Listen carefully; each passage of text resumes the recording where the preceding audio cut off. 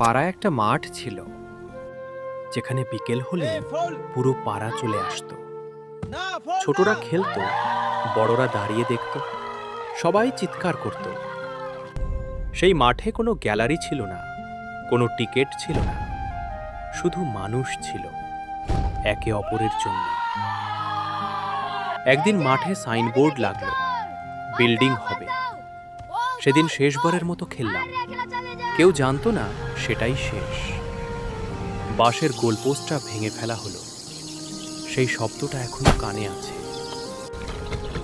মাঠটা এখন বিল্ডিং, সেই বিল্ডিংয়ে অনেকে থাকে, কিন্তু কেউ কাউকে চেনে না।